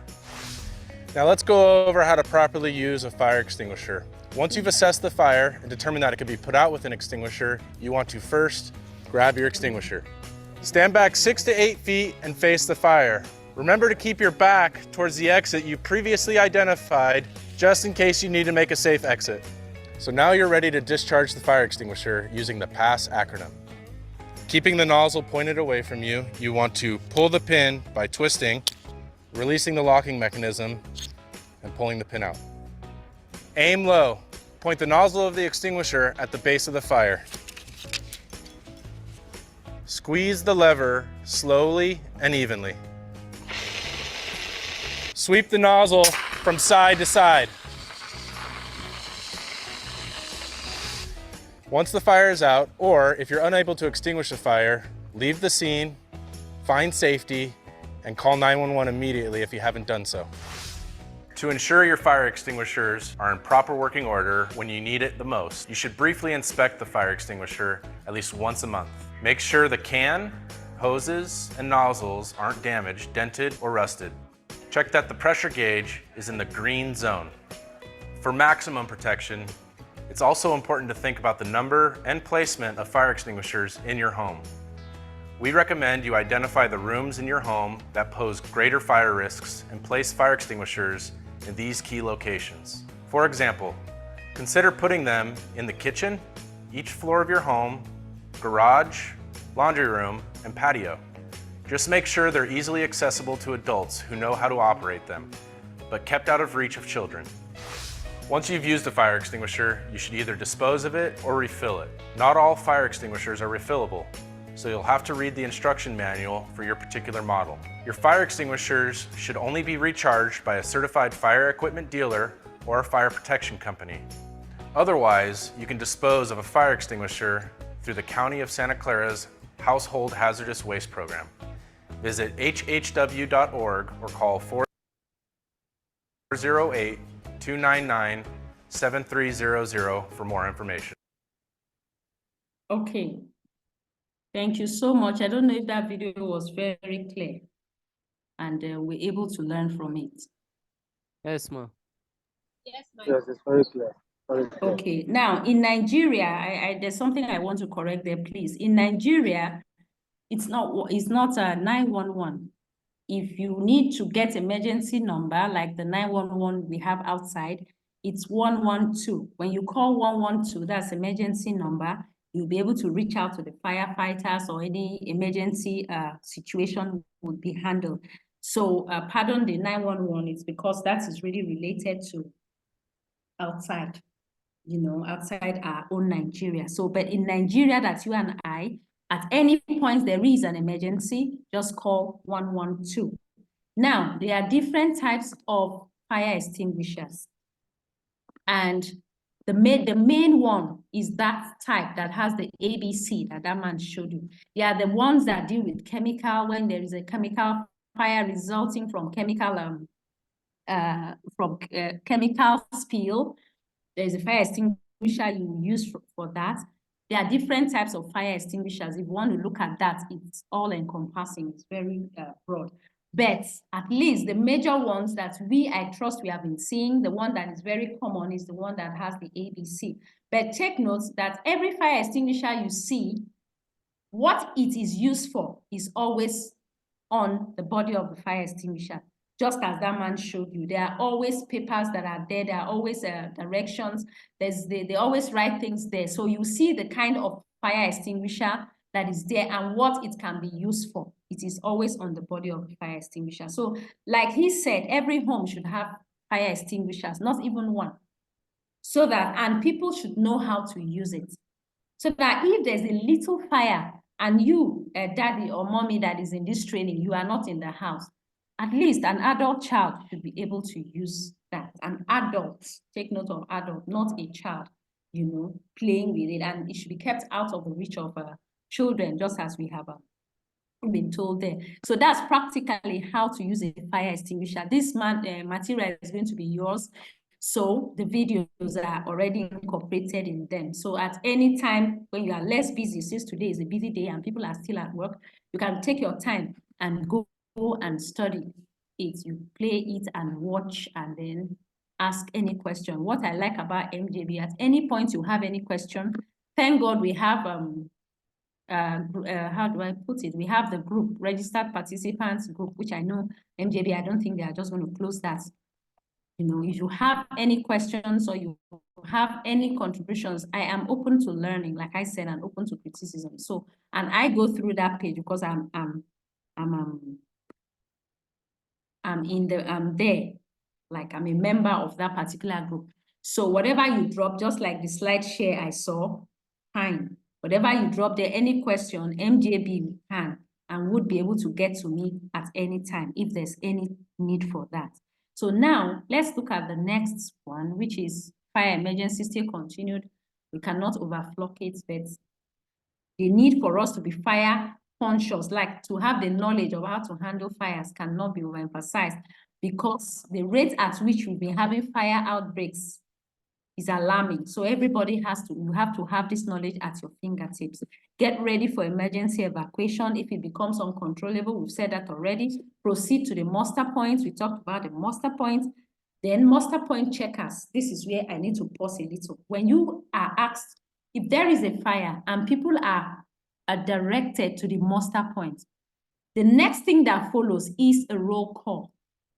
Why? Because sometimes there can be a fire and somebody is held there in the facility. That is why it's good for a roll call. Because if roll call is not carried out, somebody maybe cannot come out from where he or she is, or due to one reason or the other, the person is not there. If there's no roll call, they won't immediately decipher and know that that person is not there to assist that person. So muster point, there are many things that go on there. You have to have a roll call, like I told you the other time we had it in a school.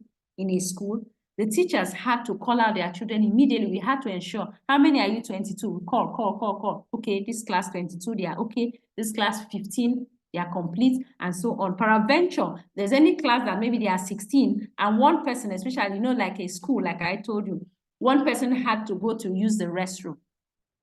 And there was an alarm. Before the person will leave the restroom and come back, maybe others have proceeded to the muster point, or there is confusion somewhere, they'll be able to immediately know that one person is not there, and they spring to work immediately. They'll start to look for the person. So why there's always importance to have roll call. So even when there is a drill, a fire drill, and they sound the test alarm just to test, you know, at the appropriate time, everybody comes out. There's normally a roll call, because that is, everything is done just as if there is a fire when there is a drill, as if there is that particular emergency when there's a drill. So they begin to count everybody. You answer to present, and anybody that is not there, they begin to look for you. Like you see there, in case of anybody, any missing personnel, head count, rescue team will check all the rooms, everybody. They have to ensure that everybody is accounted for and everybody is safe.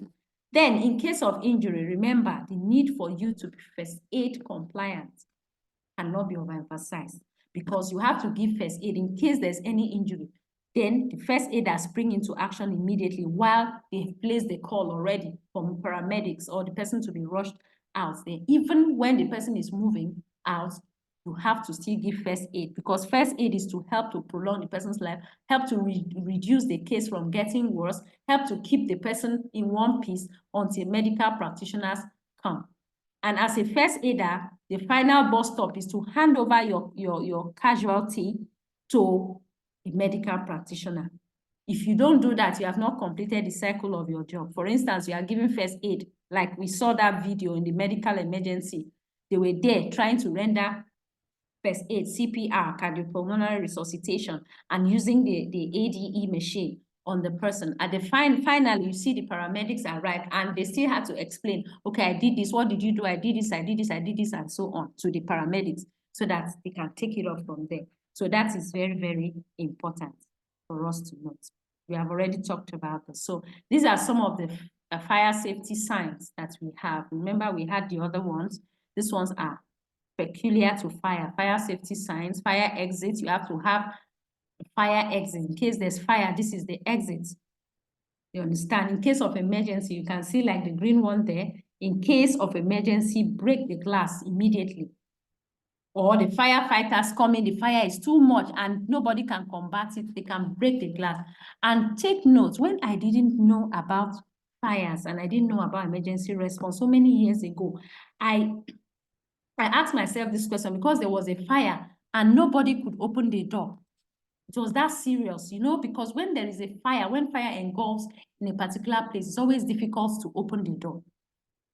Because of the smoke, because of the toxins in the air, it's always difficult to open the door. So firefighters know that all those things, if we go into it, is very, I don't know, it's voluminous. It's something that could take a whole day. So you see like the fire extinguisher, you see all those things, the Red Cross, you see the muster points where you see people who come from different, 1, 2, 3 different directions. They converge at the muster point. From there, further instructions is given to them and they carry on from there. So finally, the last but not the least, this one isn't going to take time. We have environmental emergencies. Environmental emergencies that we face in our environment. Outside the country, we are so lucky in Nigeria, we don't even have those major, we only have maybe minor environmental emergencies, but outside the country, we have a whole lot that I don't want to mention. So at this point, I want us to look at environmental emergencies, you know, and I would like you to share maybe 1 or 2 environmental emergencies this time around. You know, our time is ticking, and I think this 1, 2, 3, 4 slides, we are done with today's training. So can you please give me some examples of environmental emergencies? We've talked about medical, we've talked about fire emergencies, and now we want to talk about environmental emergencies. So what are some of those emergencies that are attributed to the environment? I'll need us to share. Just 2 minutes, we'll be done. Pollution. Who would like to share? Erosion. Pollution. Thank you. Erosion. Earthquake. Pollution. Thank you. Those are the please, who is giving me the response? Rotimi. Our engineer. Okay, no wonder.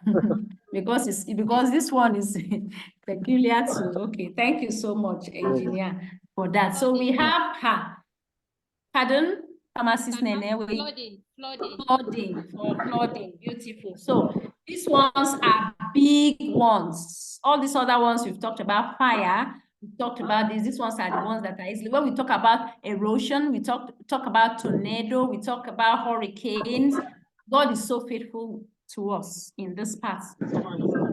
We rarely have all those things. When you go outside the country, you keep having episodes, incidents of all this. You can see snow, even snow. You can see a flood, serious flood. You see even cutting away people's, uprooting people's buildings, vehicles, things like that. You know, even in Nigeria, we have some places that are prone to flood. So let's look at that aspects in the next few minutes. We are done. I promised you that 5 minutes to 6, I'll wrap it up, and so I would. So let's see, environmental emergencies, spills and leaks. Now we have so many, but we just want to narrow ourselves, because when we talk about flood, we talk about hurricane, those ones are the major environmental, the government mostly handle. Those ones are NEMA, National Emergency Management, deal with that.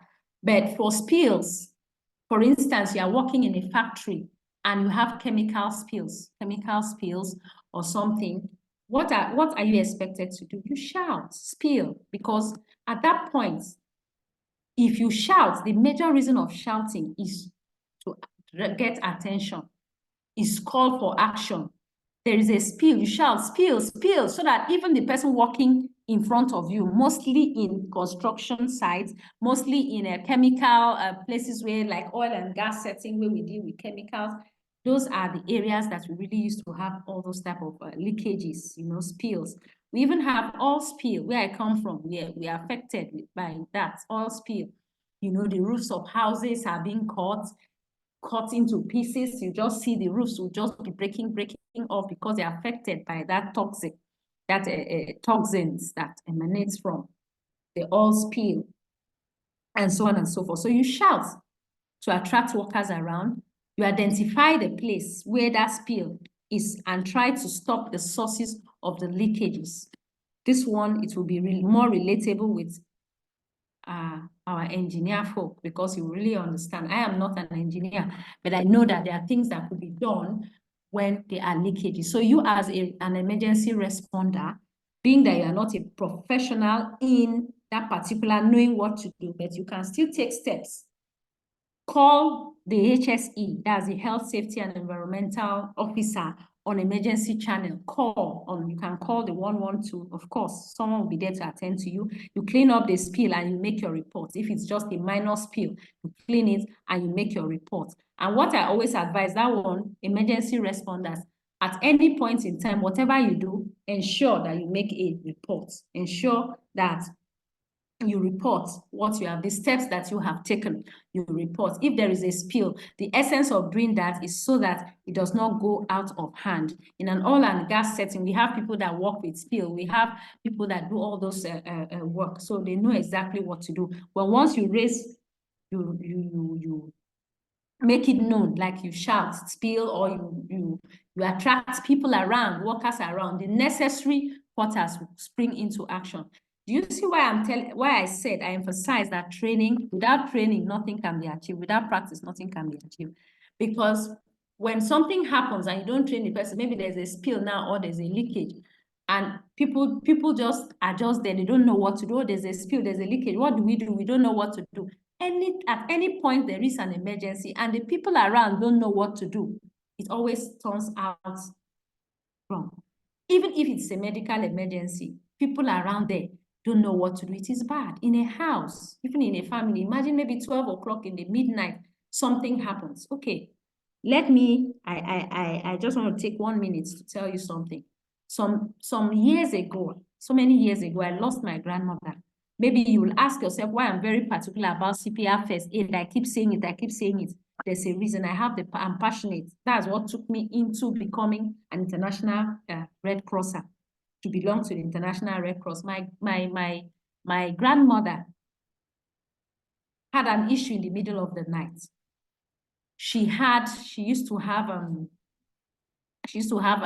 high blood pressure, So do you know that as at that time, though I wasn't, it was so many years ago anyway, I was still, I think, in secondary school, if I'm not mistaken. That's why now in secondary school, we advise that even in primary school, they should have a first aid. They should have a Red Cross group that will begin to learn little things, first aid, basic first aid skills that they could just take. So it was in the middle of the night. Do you know that my grandmother had heart failure? Her heart failed, and we didn't know, because of the traditional mentality, people that come from Nigeria, some of us, the traditional mentality, they said she fell down and a ghost slapped her. All those beliefs of those days, a ghost slapped her, not knowing that she actually had heart failure. She clutched her chest and she fell down. We didn't know. What did we know? Even my father was in the house. My father did not know anything about first aid or anything about emergency. What is it? What was that? He didn't even know. I didn't know anything. I was in secondary school. So there was so much confusion. Grandma has fallen. Oh, grandma, somebody brought fan. The other one brought water. There was so much confusion on my grandmother. My father called emergency response, called for help immediately. They should come, and ambulance, should arrive. But Nigeria, we are in Nigeria. And as at that time, before the ambulance arrived, we didn't know what to do with my grandmother. It was too late before help eventually met us. So, but when I grew up and became an International Red Crosser, I threw my mind back and tried to think of what happened to my grandmother. I realized that woman wouldn't have died when she died. And because of that, I have not been able to forgive myself. That woman wouldn't have died if we had the right knowledge, if we knew exactly what to do, immediately give her CPR without wasting time. That woman wouldn't have died, because we would have maintained that CPR and that resuscitation. We would have done the CPR, even though we wouldn't have had an AED machine as at that time. We didn't have any nearby, but that CPR would have at least lingered for help to come and reach my grandmother, she wouldn't have died when she died. So from that time, I became very particular about being very conscious about what goes on around me. So when things like this happen, it is good to know what to do. When there is a spill, know exactly what to do. When there is flood, the government, those major ones, the government deal with it. They deal with it because you alone, you cannot handle flood. But you can call for emergency, anything that is beyond you, whether it is fire, whether it's anything that is beyond you, reach out immediately and call for help. That is the best thing you can do, because while you call for help and you are doing what you have to do, help will reach you in the bid of you doing what you have to do. So if it is in an organization, shout for help, spill, let others know, call the HSE manager in charge or emergency number, clean the spill and make your normal report. If it is for just spills and leaks, that's why I put those ones in brackets. Give the following details whenever you are calling. Another problem is that when we make the call, we don't know what to say. In the heat of that apprehension of an emergency, sometimes you don't know what to say. You don't even know what, you cannot coordinate. So it takes you to have the right knowledge for you to be able to coordinate. Give these details, the following details, when you are calling for help. Name of substance, let the person, oh, something has just been named the substance. Our engineer will know better because I'm not a science student. You know, all those chemicals, spilling, call the name, estimated quantity. Oh, it's spilled. I was about doing something here, and as I touched this chemical, it did this and it did that. Explain. Do not touch unknown substances. Anything you don't know, don't touch. Do not go close to be able to inhale or try to go access yourself to in a position whereby you will inhale those chemicals from the spill. It's not good. And do not interfere with communication during emergency. Beautiful thing is that our emergency numbers, they keep communicating with you. They keep talking to you until help arrives in most cases. If everything goes on smoothly, because we are in Nigeria, we shouldn't forget that anything, there is an emergency, they'll keep asking, how did it happen? If it's a medical emergency, good, you are a first aider, you are giving the CPR, somebody is talking, yes, right now, we are trying to administer CPR, and they have sprung into action so that you can get help immediately. So, on a whole, like I said, I'm just going to wrap up, I am done. On a whole, it is important that we do the things that we need to do. This training should help us. We should go back and pass it across. Still, I am checking the chat box. So far, I haven't seen any questions. So that's to say there is no question. Thank God. When we get back, let's see how to teach our little ones. Let's try to follow it up. Let's have, if you're interested in any training as regards what I have said, reach out to NJB management. I guess he knows exactly what to do. It is important that having had this training, you should also have an overview or training on at least the basic skills, not the standard, maybe the basic skills of first aid, so that you can marry the two together and to make you an excellent emergency responder. At this point, I don't know if there's anything you'd like to share with me, because we have actually exhausted what we have. I want to thank everybody before I hand over to you to ask one or two questions, and then we call it a day.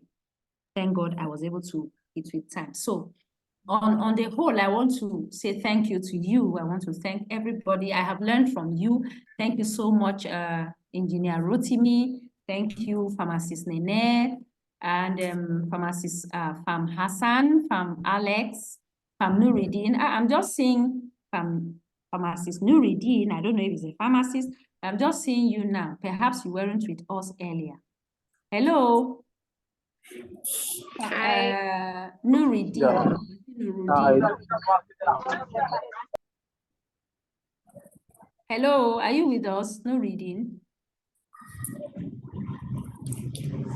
Okay, maybe because I'm just seeing him now. That's why his name didn't even register when I was thanking everybody. Fam Hassan, Nene, it's so nice to have learned from all of you. So at this point, do you have anything you would like to contribute? Because I don't learn everything. Like, I am not an embodiment of knowledge, really. Knowledge can be shared. So is there anything you may wish to contribute before I hand over to MJB? And also, please do me a big favor, because I'm going to be on that WhatsApp group. As I am already there, I'm going to watch out for your feedbacks. I will be very glad if you drop your feedbacks. If you tell me how the training was, perhaps you say one or two, something that I could have done better or something I actually did well. I would just like to have your feedbacks. It will be so wonderful for me to sit back and hear from you. So on that note, I don't know if there's anything you would like to contribute. Anything? Yes. Good evening, everyone again. Good evening, Fam Nene. Thank you. Ma. Thank you very much, Ma, for a well-delivered lecture. You're welcome. I'm very grateful that I took this course, and I thank God that you are the person that took this course, because I have learned, and I'm sure the other person thank you. agree that we all learned plenty things from you. I really appreciate it. I would just like to share a little story of what happened to us while we were children. Well, it was not something bad, but I think this would, everyone would learn from this, especially, I think, the engineer in the house. Sorry, I think the engineer, Rotimi also. Rotimi, yeah, Rotimi.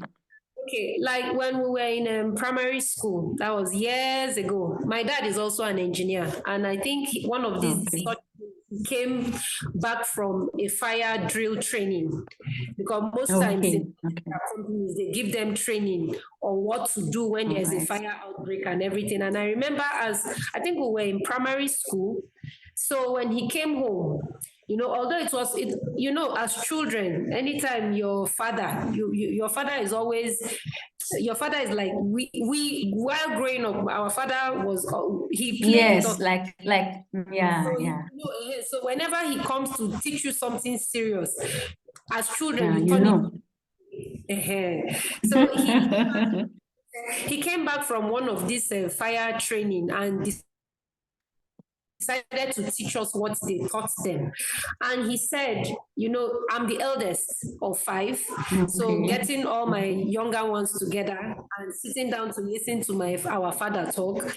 So he taught us that whenever there is a fire, that most times when the fire is starting from a place, the smoke usually goes up into the air. Lie down.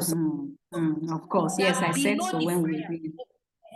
Below that smoke is usually the oxygen, where you lie down, So you lie down and crawl out of, if you are you lie down and crawl to safety. And then he taught. We always had blankets. I grew up in the northern part. I grew up in Kaduna, so I was raised in Kaduna before relocating down to the southern part of Nigeria. So we always had blankets because of the Hamatan. So most times he now taught us that in case we don't want to be touched by the fire, you quickly take, if you have the time, you quickly take the blanket, soak it into water. You wrap yourself with it and crawl under the smoke to safety. So this would, a lot of people can teach their children this, because I learned that as a child. It never left me, but I thank God that I've never been in a situation where I had there was a fire outbreak that I would need that training or need to carry out that caution and everything. So I think we can learn from this. So I want to thank you everyone for listening. Thank you so much. Thank you so much. I said it in the course of the training. Thank you for reminding us too that oxygen, when there's a fire, you go down low. That's why you see, or there's a bullet. A bullet is shot at, maybe you hear gunshots. The best for you is to lie down low, go down.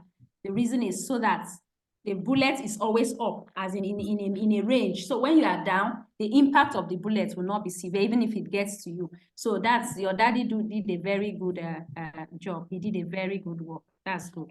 Thank you so much, Mrs. Nene. Thank you, ma'am. For that. Is there any other contribution before I hand over to MJB, because we are past 6 o'clock? A lady just said she enjoyed the training. So I would like to ask, who is going to build a cat? Because we want to be gender, we want to equalize. Let's not be one side. So any man that found this training interesting, a man should please talk on behalf of the men. Is there anybody who would build a cat? Let us not only hear a lady's voice. I would like to hear a man's voice before I hand over. Who is going to help us? I'm even seeing that, am I right? Hello, I'm even seeing, yes, please. Who is talking? Who wants to help us? yes, my name is Nuruddin Al Mustafa. Oga, I Yes, didn't hear you since. So I said, what happened? I'm having network issue. Okay, oh, so sorry. Don't worry, you'll get the material so you can follow up. Sorry about that. Go ahead, sir. Yeah.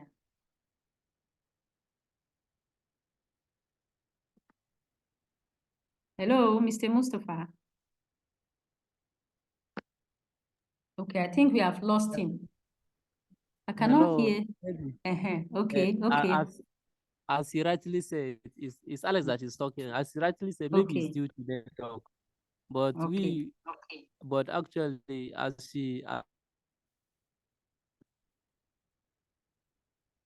as pharmacist Nene has said, we are waiting for effort. I'm saying thank you. Thank you for the for the encouragement. So if there's anything, you can drop your comments at least on the group so that other people can know that they have missed something. Like we have the main group. I don't know if it's possible to drop comments there, please. You can drop your comments, let them know they've really missed something. There's no amount that is worth paying for life, for rescuing a person, for knowledge. There's no amount that is too much. So thank you very much. You've all been wonderful. At this point, I hand over to MJB Management and Integrated Services. Hello, MJB, are you there? Oh, thank you so much. Thank you so much, Doctor. It has been wonderful. The 2 days has been great. I want to appreciate all our participants. Farm Nene has already given us the vote of thanks, so there's no need of me giving any vote of thanks. She has done it, and I appreciate her, and I appreciate all the participants. Thank you so much. Your certificate, the soft copy, because this one is a soft copy, so you are going to get it on or before Wednesday, before the end of Wednesday next week. You will get your certificate. Thank you so much. Please keep abreast with the website, with our site. There's a lot of things coming up, a lot of programs coming up. We have our membership program coming up very soon. So please take your time, go through it. If you're interested, you want to become a member of the American Institute of Oil and Gas Technology USA, is there. You see everything coming up from now till May. Just keep yourself abreast. We keep on updating. Thank you so much for your time. Do have a lovely weekend and a blessed week ahead. God bless all of us. Bye for now. Bye-bye. Thank you. Bye.